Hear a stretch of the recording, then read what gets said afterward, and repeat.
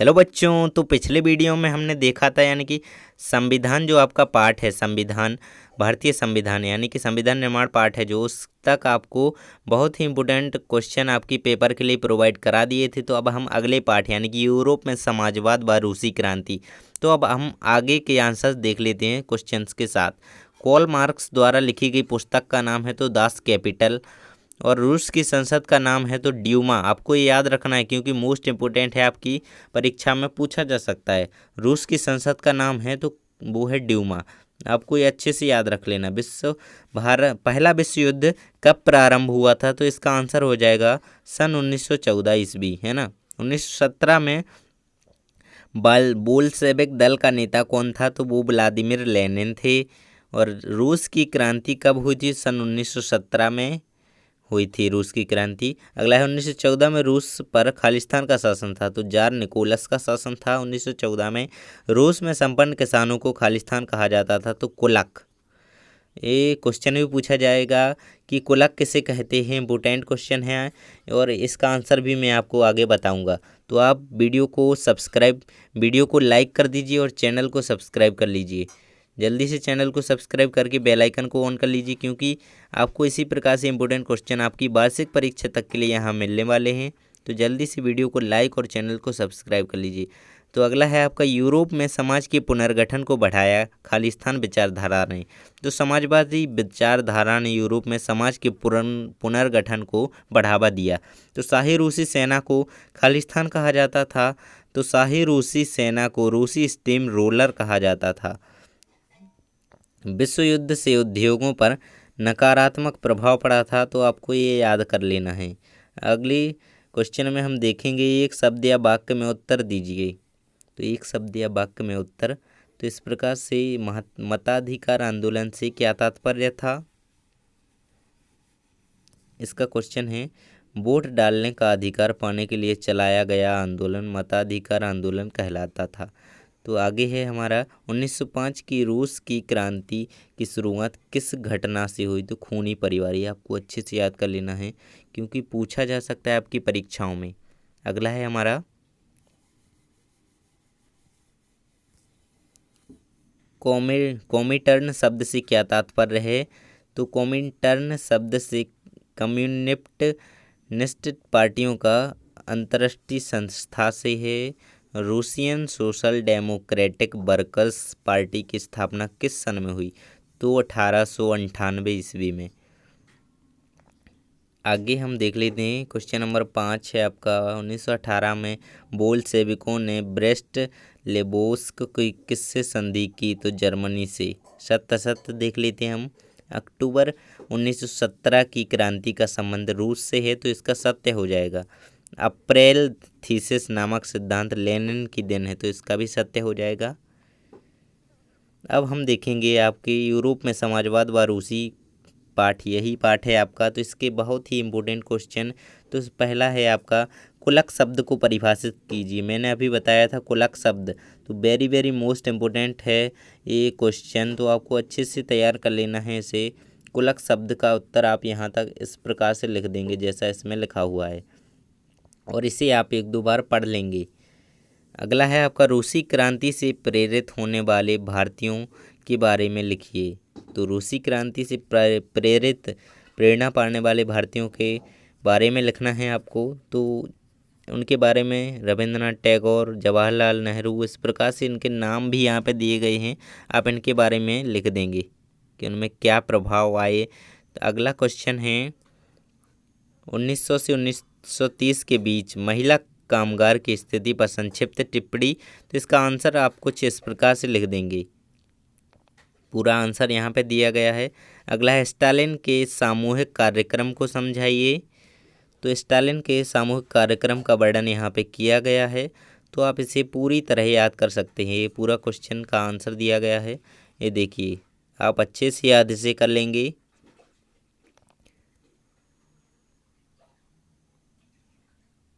दीर्घ उत्तरीय प्रश्नों के उत्तर देख लेते हैं हम। आपके बड़े अंकों में पूछे जा सकते हैं, ये इम्पोर्टेंट हैं। जार की नीतियों से जनता में बढ़ते अविश्वास व विद्रोह स्वरूप 1917 में जार के शासन का अंत हो गया, उसके लिए कारण क्या थे, तो क्या उत्तरदायी कारण थे वो इस प्रकार से यहाँ पे दिए गए हैं। देखिए आप इन सभी कारणों को याद कर लेंगे। देखिए यहाँ तक इतने आपको सभी 5 कारण दिए गए हैं मुख्यतः जो थे। रूस के सामाजिक आर्थिक एवं राजनीतिक हालात 1905 से पहले कैसे थे, इसका आंसर आप यहाँ तक लिख लेंगे। अगला है आपका बोल्शेविकों ने अक्टूबर क्रांति के फौरन बाद कौन कौन से परिवर्तन किए, तो इसका आंसर यहाँ तक हो जाएगा। और यदि अभी तक सब्सक्राइब नहीं किया है तो जल्दी से सब्सक्राइब करके बेल आइकन को ऑन कर दीजिए। अगला है आपका अध्याय 2 आपके संसाधन के रूप में लोग, तो इसके ऑब्जेक्टिव क्वेश्चन में आपको इम्पोर्टेंट बताने वाला हूँ। मानव पूंजी का उदाहरण है तो वो हो जाएगा आपका आंसर डॉक्टर। अगला है ग्रामीण क्षेत्र में कौन सी बेरोजगारी पाई जाती है, तो वो है प्रच्छन्न बेरोजगारी। अगला है निम्न में से कौन सा क्रियाकलाप प्राथमिक क्षेत्र में शामिल नहीं है, तो परिवहन।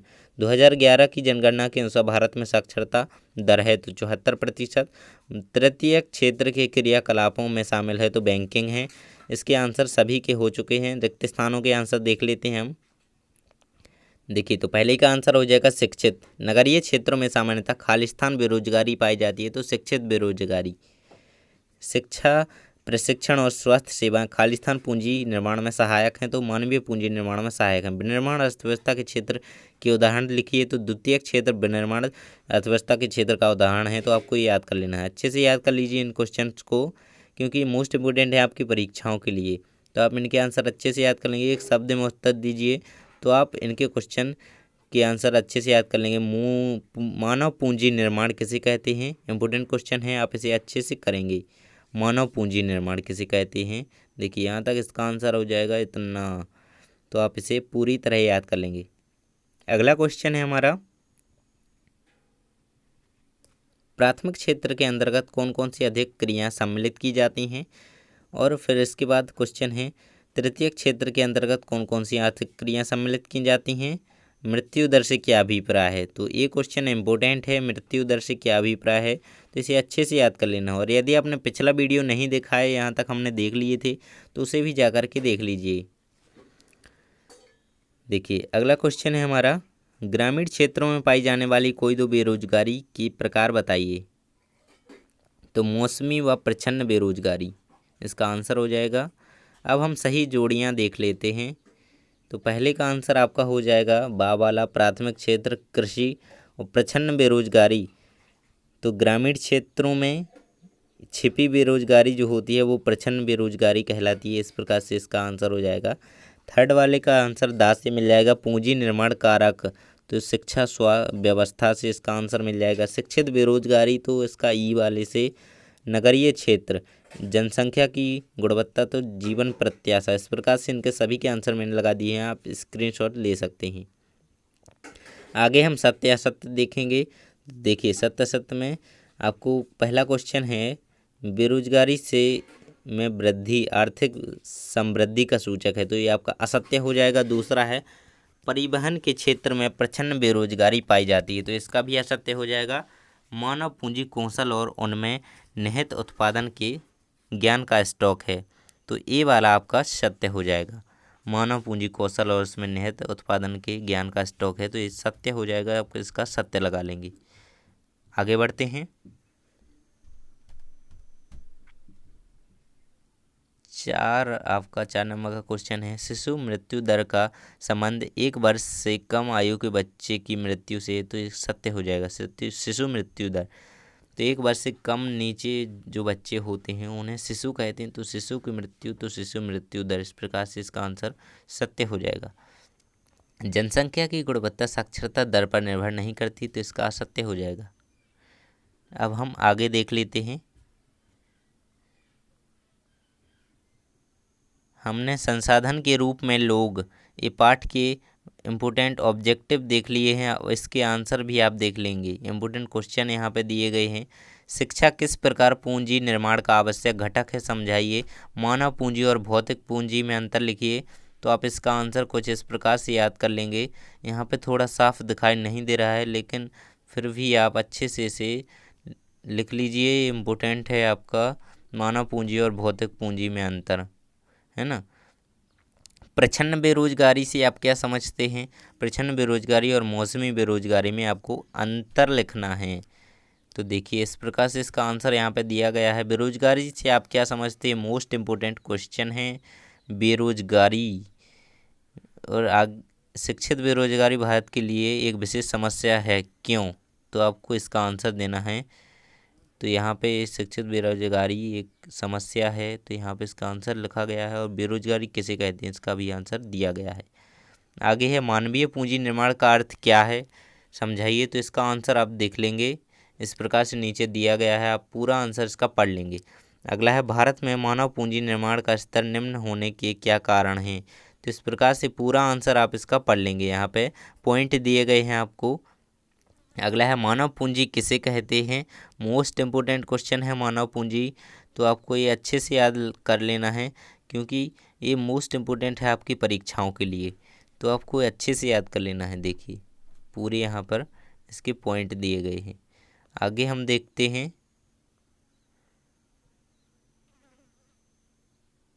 आपकी अर्थशास्त्र का पहला पाठ है पालमपुर गांव की कहानी। मोस्ट इम्पोर्टेंट इसमें क्वेश्चन हैं, तो आपको सभी याद कर लेना है। भौतिक पूंजी क्या है, तो आपको अच्छे से याद कर लेना है इसे, भौतिक पूंजी को। हरित क्रांति क्या है, इससे भारत की खाद्यान्न समस्या कैसे दूर की जा सकती है, समझाइए।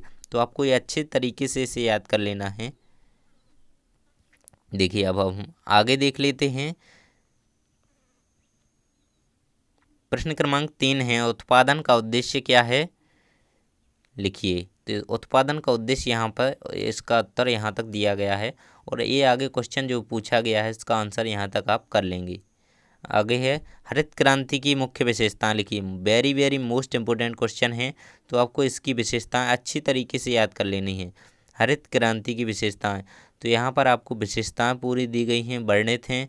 आपको अच्छी तरीके से इस क्वेश्चन को याद कर लेना है। रासायनिक उर्वरक मिट्टी एवं भौमजल नदियों के पानी को किस तरह प्रभावित करते हैं। पंजाब के रासायनिक उर्वरकों का प्रयोग पर क्या प्रभाव पड़ा। रासायनिक प्रयोगों उपयोग जी रासायनिक उर्वरक जो होते हैं उनके अधिक प्रयोग से क्या आपको नुकसान हो सकते हैं। यहाँ पे उनके अधिक उपयोग से क्या प्रभाव पड़ रहे हैं वो यहाँ पे दिए गए हैं। पंजाब में क्या हुआ था, तो वो इस प्रकार से यहाँ पे आंसर है। देखिए आगे क्वेश्चन है उत्पादन का उद्देश्य क्या है। ये क्वेश्चन आप अच्छे से याद कर लेंगे, इसका आंसर नीचे दिया है। देखिए अगला है खेती के आधुनिक एवं पारंपरिक तरीकों में कोई 4 अंतर लिखिए। आप इसे अच्छे से याद कर लेंगे।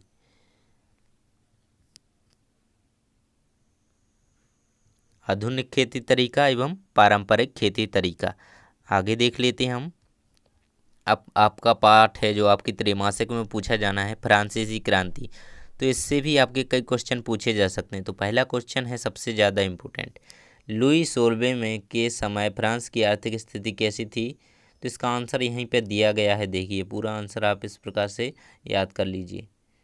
देखिए अगला क्वेश्चन है आपका 1789 ईस्वी में कि फ्रांस की क्रांति का तात्कालिक कारण क्या था। तो ये पूछा जा सकता है। जैकोबिन क्लब के सदस्य कौन थे, इस प्रकार से इसका आंसर लिख देंगे। अति लघु उत्तरीय प्रश्न के उत्तर देख लेते हैं अब। तो फ्रांसीसी क्रांति के दार्शनिकों के योगदान को लिखिए। इस प्रकार से आप इसका आंसर यहाँ तक दे देंगे। देखिए अब हम इसके बहुत ही इम्पोर्टेंट क्वेश्चन देख लेते हैं। फ्रांसीसी क्रांति के परिणाम लिखिए। तो very very most important question है ये। फ्रांसीसी क्रांति के परिणाम लिखिए। तो आपको ये बिल्कुल नहीं छोड़ना है, इसे अच्छे से तैयार कर लेना। सामंतवाद का अंत हुआ, शासन व्यवस्था में सुधार हो गया। क्रांति के जो परिणाम हुए फ्रांसीसी, तो निरंकुश राजतंत्र की समाप्ति, समानता के विचारों पर का प्रचार प्रसार, फ्रांस का एक राष्ट्र के रूप में उदय, मताधिकार का विस्तार। इस प्रकार से आप इसका पूरा आंसर लिख देंगे। तो आपको यदि ये क्वेश्चन आप इस प्रकार से लिखेंगे तो आपको इसके 5 अंक दिए जाएंगे। आगे है आपका क्वेश्चन फ्रांसीसी क्रांति के राजनीतिक कारण क्या थे, लिखिए। तो यहाँ पर राजनीतिक कारण दिए गए हैं। राजा की निरंकुशता, राष्ट्रीय सभा के अधिवेशन को ना बुलाना। इस प्रकार से आप इसके सभी आंसर देख लेंगे। देखिए अगला है ओलंप डे गूंज द्वारा तैयार घोषणा पत्र में उल्लेखित मूल अधिकार क्या थे। इस प्रकार से आप इसका आंसर भी लिख देंगे। फ्रांसीसी समाज में महिलाओं का जीवन कैसा था। मोस्ट इम्पोर्टेंट क्वेश्चन है ये आपके लिए, आपको ये अच्छे तरीके से याद कर लेना है। फ्रांसीसी समाज में महिलाओं का जीवन कैसा था, तो ये अच्छे से याद करेंगे आप।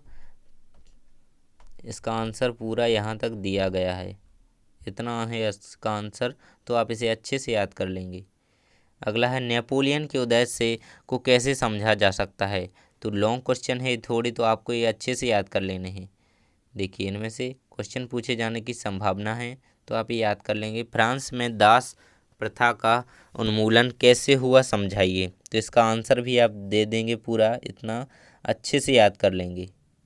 देखिए अब हम दीर्घ उत्तरीय प्रश्न देख लेते हैं। ये 18वीं सदी में फ्रांसीसी समाज की तीनों स्टेटस के बारे में लिखिए। तो इस प्रकार से 3 स्टेट जो थे 18वीं सदी के फ्रांसीसी समाज में, तो उनके एस्टेट जो थे तीनों, तो वो इस प्रकार से दिए गए हैं। प्रथम एस्टेट, द्वितीय एस्टेट, तृतीय एस्टेट। तो फर्स्ट सेकंड थर्ड एस्टेट तीनों समझ लेंगे आप, इस प्रकार से इनके आंसर दे देंगे और ये पूरा यहाँ तक आंसर हो जाता है। तो हमने आपको बहुत ही इम्पोर्टेंट क्वेश्चन जो आपके सामाजिक विज्ञान कक्षा 9वीं के छात्रों के लिए थे, तो वो प्रोवाइड करा दिए हैं। तो यदि चैनल को सब्सक्राइब नहीं किया है तो कर लीजिए, और पिछला वीडियो नहीं देखा है जिसमें आपको आगे के पाठों के आंसर बताए गए हैं, इम्पोर्टेंट हैं वो, तो आप जाकर के वीडियो देख सकते हैं, चैनल पर अपलोड है। थैंक्स फॉर वॉचिंग, मिलते हैं अगले वीडियो में।